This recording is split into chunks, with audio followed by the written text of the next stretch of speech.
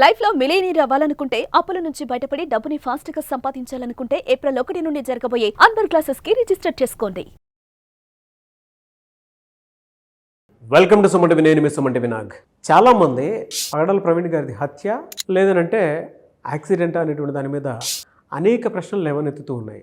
ఒక రీసెంట్గా వచ్చినటువంటి న్యూస్ ప్రకారం కనుక మనం చూస్తే ఒక కొత్త పర్సన్ పేరు తెరపైకి రావడం జరిగింది. అండ్ ఆయన విజయవాడలో కొద్ది గంటల పాటు ఉన్నట్లు. అక్కడ నుంచి ఏం జరిగింది అండ్ ఈ మధ్యకాలంలో జర్నీలో ఏమైనా జరిగిందా, కొత్త విషయాలు అయితే బయటికి రావడం జరుగుతుంది. సో ఈ వీడియోని మీరు పూర్తిగా చూడండి, చాలా ప్రశ్నలకు సమాధానం దొరికే అవకాశం ఉంటుంది. ఈరోజు మనతో పాటు హైకోర్టు అడ్వకేట్ అలగర్ రవీంద్రనాథ్ గారు ఉన్నారు. అది వారి మాటలోనే తెలుసుకుందాం. Hello sir. హాయ్ అండి నాగరాజ్ గారు.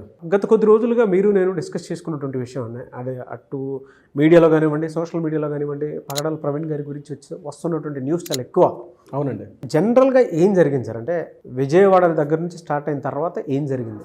ముఖ్యమంత్రి చంద్రబాబు నాయుడు గారి తలక ఆదేశాల మేరకు నిన్న ఎస్పీ గారు అయినటువంటి నరసింహ కిషోర్ గారు, అదేవిధంగా ఏలూరు రేంజ్ అశోక్ కుమార్ గారు కలిసి ఒక ప్రెస్ మీట్ పెట్టడం జరిగింది. ఆ ప్రెస్ మీట్లో ప్రవీణ్ పగడాల గారు హైదరాబాద్ నుంచి ఆయన చనిపోయినటువంటి సమయం ఏదైతే ఉందో 11:42 ఏదైతే జరిగిందో ఆ టైం లైన్లో ఎక్కడెక్కడ సీసీ ఫుటేజ్ వాళ్ళకి లభించాయో దానికి సంబంధించి ఆయన రిలీజ్ చేయడం జరిగింది. దాంట్లో వాళ్ళు తెలిపినటువంటి వివరాలు, మరికొన్ని కీలక విషయాలు కూడా వెలుగులోకి తీసుకొచ్చారు. అవన్నీ కూడా నేను ఈ వీడియో ద్వారా మీకు అందించే ప్రయత్నం చేస్తాను నాగరాజు గారు. ప్రధానంగా 11 గంటల సమయంలో తిరుమలగిరిలో ఉన్నటువంటి అంటే సికింద్రాబాద్లో తిరుమలగిరి ఎస్బిహెచ్ కాలనీ నుంచి తన ఇంటి నుంచి తన భార్యకి చెప్పారు, నేను రాజమండ్రి వెళ్తున్నాను అని చెప్పి బయలుదేరారట. ముఖ్యంగా ఈ విషయం అంటే రీసెంట్గా ప్రవీణ్ పగడాల గారి మీద ఒక థ్రెట్ ఉందని చెప్పేసి ఆయన బయలుదేరే సమయం కానీ ఎక్కడికి వెళ్తున్నాను ఏ విషయం మీద క్లియర్గా ఇన్ఫర్మేషన్ లేకుండా చాలా సందర్భాల్లో ఆయన కొంత గోప్యత పాటించారు అని మాత్రం తెలిసింది. ఇందులో 11 గంటల సమయంలో ఆయన రాజమండ్రి వెళ్తున్నానని చెప్పి తన భార్యకి చెప్పి ఇక్కడ నుంచి రాజమండ్రి వెళ్ళారు. రాజమండ్రిలో ఒక 2 వ్యక్తులను కలవడానికి వెళ్ళారు. ఆ పేర్లు కూడా మీకు చివరిలో చెప్పే ప్రయత్నం చేస్తాను. ఈయన 11 గంటల బయలుదేరిన తర్వాత విజయవాడ నేషనల్ హైవేలో నుండి పంతంగి టోల్ గేట్ దగ్గర మధ్యాహ్నం 1:29 ఈయన అక్కడ క్రాస్ చేస్తూ కనిపించారు. పంతంగి టోల్ గేట్ దగ్గర సీసీ ఫుటేజ్. తర్వాత పంతంగి తర్వాత కొర్లపాడు టోల్ గేట్ దగ్గర మధ్యాహ్నం 2:15 వచ్చేసారు. అది దాటిన తర్వాత చిల్లకల్లు టోల్ గేట్ వస్తుంది జంగారెడ్డిగూడెం దగ్గర. ఆ చిల్లకల్లు టోల్ గేట్ దగ్గర మధ్యాహ్నం 3:31 దాన్ని క్రాస్ చేస్తూ కనిపించారు.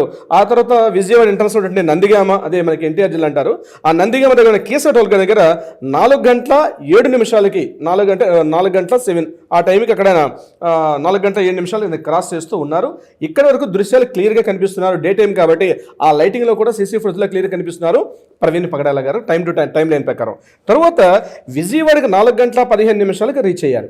ఇక్కడ నుంచి కొంత డౌట్ఫుల్గా రైజ్ అవుతుంది. 4:15 రీచ్ అయిన తర్వాత విజయవాడ అవుట్స్కట్స్ అంటే రాజమండ్రికి వెళ్ళే టోల్ గేట్ దగ్గర మనకి పొట్టిపాడు టోల్ గేట్ అని వస్తుంది. ఆ ఊరి పేరు ఆ పొట్టిపాడు టోల్ గేట్. అక్కడ ఆ పొట్టిపాడు టోల్ గేట్ దగ్గర 9:15 రావడం జరిగింది.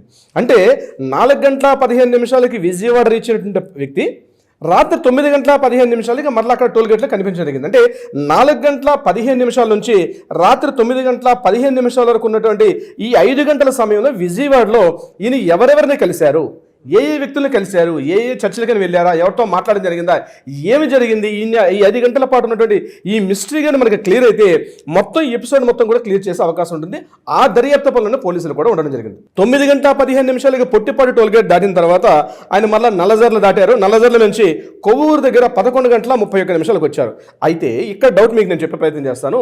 ఈయన సాయంత్రం 9:15 పొట్టిపాడు ఈ టోల్ గేట్ దాటుతున్న దగ్గర అప్పటికే హెడ్ లైట్ పనిచేయడం లేదు.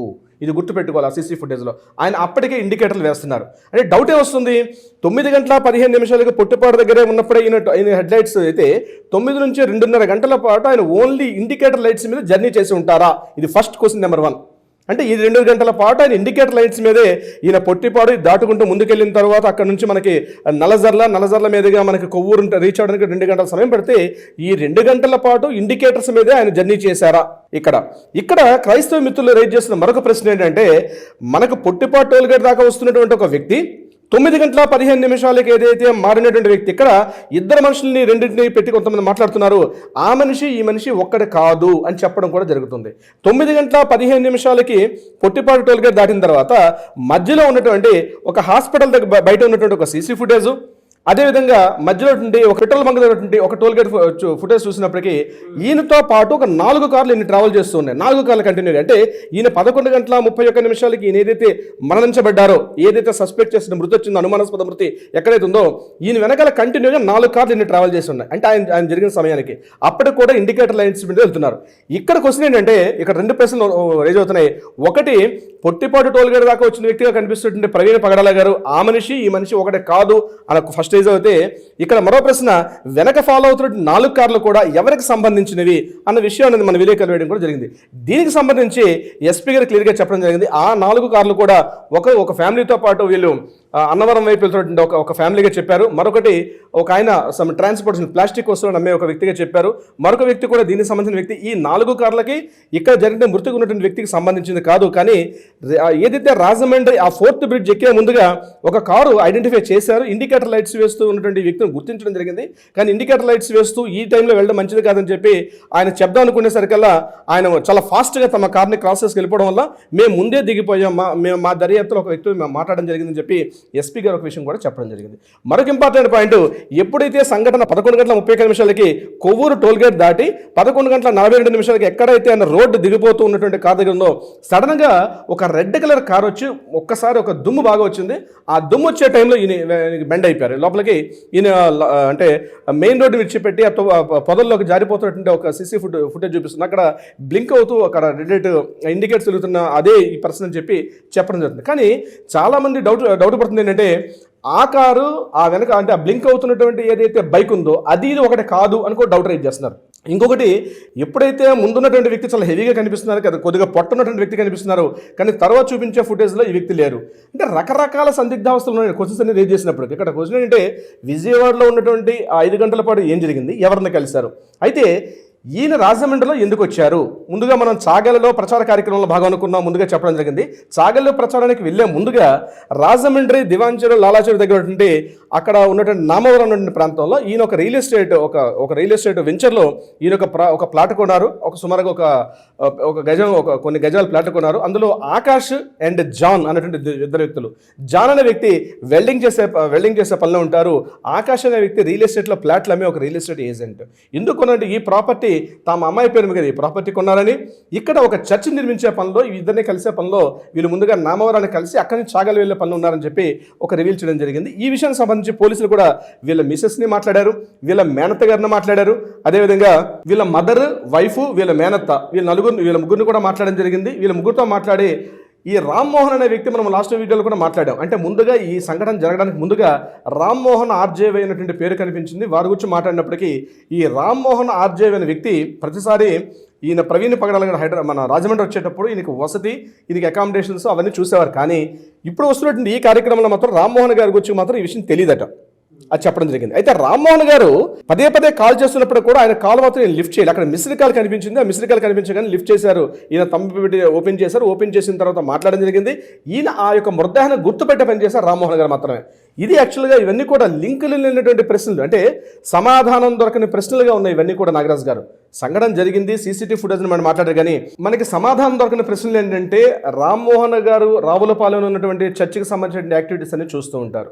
మరి ప్రతిసారి కూడా రాజమండ్రి వెళ్ళేటప్పుడు రామ్మోహన్ గారిని సంప్రదించినటువంటి ఇదే వ్యక్తి, ఇదే ప్రవీణ్ పగడాల గారు, ఈ సందర్భంలో ఇంత పెద్ద చర్చి నిర్మాణ కార్యక్రమంలో ఆకాష్, జాన్ అటువంటి ఈ పేర్లు వినిపిస్తున్నాయి, కానీ రామ్మోహన్ గారిని పదే ప్రశ్నించినప్పటికీ కూడా నాకు తెలియదని చెప్పడం, రామ్మోహన్ గారు లాస్ట్ మినిట్లో చేసినప్పుడు కూడా ప్రవీణ్ పగడాల గారి ఫోన్లో మిస్డ్ కాల్గా నమోదైంది. ఆయన మళ్ళీ కాల్ బ్యాక్ చేయలేదు. ఎందుకు చేయలేదు అది కూడా ఒక క్వశ్చన్. ఇక్కడ మెయిన్ ఈ యొక్క మిస్టరీ మొత్తం వీడాలంటే నాగరాజు గారు ఒకటే ఏంటంటే, 5 గంటల పాటు విజయవాడలో ఏం జరిగింది అంటే, 4:15 విజయవాడ సిటీలోకి ఎంటర్ అయిన వ్యక్తి మళ్ళీ 9:15 టైంలో పొట్టిపాడు టోల్గేట్ దగ్గర ఉన్నటువంటి ఈ సమయం 5 గంటల పాటు సమయంలో ఎవరెవరిని కలిశారు, ఎవరెవరి ఫోన్స్ వచ్చాయి, ఆయన ఫోన్ కాల్స్ లిస్ట్ ప్రకారం ఎవరెవరిని మాట్లాడారు, ఇవన్నీ కానీ మనకి డీటెయిల్స్ వస్తే పోస్ట్ మార్టం రిపోర్ట్ కూడా బయటకు వచ్చి ఈ రెండింటిని సింక్ చేస్తే చాలా వరకు రివీల్ అయ్యే అవకాశం ఉంటుంది. కానీ ఒక విషయాన్ని మనం మెచ్చుకోవాలి, ఆంధ్రప్రదేశ్ పోలీస్ వ్యవస్థను మాత్రం చాలా అద్భుతంగా చేస్తున్నారు. No doubt at all Andhra Pradesh police యంత్రాంగం మాత్రం, ఎందుకంటే సీసీ ఫుటేజ్ హైవేలో దొరకడం చాలా కష్టం నాగరాజ్ గారు. మిగిలిన ఇంట్లో కానీ లేకపోతే వీధుల్లో దొరికిన సీసీ ఫుటేజ్ హైవేలో దొరకడం చాలా కష్టం. అంటే ఓన్లీ టోల్ గేట్లో ఉన్నటువంటి హైవేలు కానీ దాబాల్లో ఉన్నటువంటి సీసీ కెమెరాస్ ఫుటేజ్ తీసుకోవాలి తప్పించి మనకి నేషనల్ హైవేలో సీసీ ఫుటేజ్ దొరకడం చాలా కష్టం. ఏదో ఒక కొన్ని సెకండ్స్ పాటు ఉన్నటువంటి ఒక వీడియో, పాస్ అయిపోతున్న వీడియో దొరుకుతుంది తప్ప ఎక్కడ ఉన్నటువంటి కంటిన్యూ ఫుల్ లెంగ్త్ వీడియో దొరికే అవకాశం కూడా ఉండదు. ఈయన కంటిన్యూగా ట్రావెల్ చేసుకుంటూ వచ్చారు కాబట్టి విజయవాడలో ఉన్నటువంటి ఈయన సిటీలోకి ఎంటర్ అయిన తర్వాత, అంటే విజయవాడలో కేసర్ దాటి ముందుకు వచ్చినటువంటి నందిగామ దాటిన తర్వాత విజయవాడ టౌన్లో ఉన్నటువంటి సీసీ ఫుటేజ్లు కూడా తీసుకొని అక్కడ కూడా ఎంక్వైరీ చేయగలిగితే ఎక్కడెక్కడ సిటీలో ఎవరినైనా కలిశారు, ఏ ప్లేస్లో ఈయన తిరిగారని చూస్తే అప్పట్లోగా ఈ యొక్క విషయాన్ని కొంత వెలుగులోకి వచ్చే అవకాశం అయితే ఉంటుంది. ఏదేమైనప్పటికీ కూడా కొంతమంది ఇది మృతని, కొంతమంది యాక్సిడెంట్ చెప్పి రకరకాలుగా ఉన్నటువంటి ఈ క్వశ్చన్స్ అన్నిటికీ కూడా తొందరలోనే పోలీస్ వ్యవస్థ, పోలీస్ యంత్రాంగం చాలా కఠినంగా దీని గురించి దర్యాప్తు చేసి రివీల్ చేసే అవకాశం ఉంటుందని అయితే మనం అనుకుంటున్నాం నాగరాజ్ గారు. పోస్ట్ మార్టం రిపోర్ట్కి సంబంధించినటువంటి విషయాలు ఇంకా బయటికి రాకపోవడానికి కారణాలు ఏమి ఉంటుందంటారు సార్ అసలు? అంటే పోస్ట్ మార్టం రిపోర్ట్ సంబంధించి కూడా 2 క్వశ్చన్స్ అండి. ఒకటి ఫోరెన్సిక్ ఎఫ్ఎస్ఎల్ వాళ్ళు విజయవాడలో కూడా ఒకటి నమోదవుతుంది, ఒకటి ఫింగర్ ప్రింట్స్ వాళ్ళు కూడా రావాల్సిందే. ఎందుకంటే పోస్ట్ మార్టం రిపోర్ట్ గంటల్లో రావడానికి కష్టం అండి. కొన్ని కెమికల్ టెస్టులు చేసేటప్పటికి కొంత టైం పడుతుంది. దీని ప్రధానం గుర్తుపెట్టుకోవాల్సి ఏంటంటే ఎవరైతే మాట్లాడుతున్నారో దీనికి సంబంధించింది తొందరగా పోలీసుల మీద ఒత్తిడి చేసి మాకు ఇమ్మీడియట్గా రిపోర్ట్ మాకు ఇవ్వాలి, ఇది ఖచ్చితంగా మృతి అని చెప్పి పోలీసుల మీద ఒత్తిడి కూడా చాలా చాలా గట్టిగా జరుగుతుంది నాగరాజు గారు. అంటే మేము అనుకున్నదే జరగాలి. కొంతమంది క్రైస్తవ మిత్రులు కూడా యూట్యూబ్లో, సోషల్ మీడియాలో మాట్లాడుతూ ఇది ఖచ్చితంగా మృతే, ఇలానే చెప్పాలి పోలీసులు, చెప్పకపోతే మా తగ్గట్టుగా మేము దర్యాప్తు చేసుకుంటామని. ఏ యొక్క దర్యాప్తును కూడా ఎవరు ఇండివిజువల్గా తీసుకునే అవకాశం లేదు. అది గుర్తుపెట్టుకుంటే లీగల్ కాదు కాబట్టి కొంతమంది పెద్ద వ్యక్తులు కూడా మాట్లాడడం జరిగింది. కానీ దర్యాప్తు అనేది కొంత టైం పడుతుంది నాగరాజు. పోస్ట్ మార్టం రిపోర్ట్ అనేది కెమికల్ టెస్టులు జరుగుతాయి. కెమికల్ టెస్టులు జరిగి ఉన్నటువంటి మిగిలిన వాటిని సేకరించడం, వీళ్ళు ఆల్రెడీ ఒక నేరస్తుల ముఠాలతో ఉన్నటువంటి వేలి ముద్దలు సేకరించడం కానీ వాళ్ళు చేశారా, ఇందులో ఎవరెవరి ముద్దలు ఉన్నాయి, అవన్నీ కూడా ఒక టైం లెంగ్త్. అది ఓవర్ నైట్ గంటల్లో నిమిటిగా పోస్ట్ మార్టం రిపోర్ట్ రావడం అనేది ఉండదు. విషయం జరిగిన మృతదేహం మీద దొరికినటువంటి వేలి ముద్దలు కావచ్చు, బూటు గుర్తులు కావచ్చు, లేకపోతే అక్కడ దొరికిన ప్రతి చిన్న ఐడెంటిఫై చేసిన ప్రతిదీ కూడా ల్యాబ్ టెస్టులు చేసి వచ్చేసరికల్లా కొంత టైం అయితే పడుతుంది నాగరాజు గారు. చూద్దామండి ఏ విధంగా ఉంటుంది అనేది. ఎనీవేస్ థ్యాంక్ యూ అండి. Thank you so much Ravindranath గారు. Thank you so much Nagaraju గారు.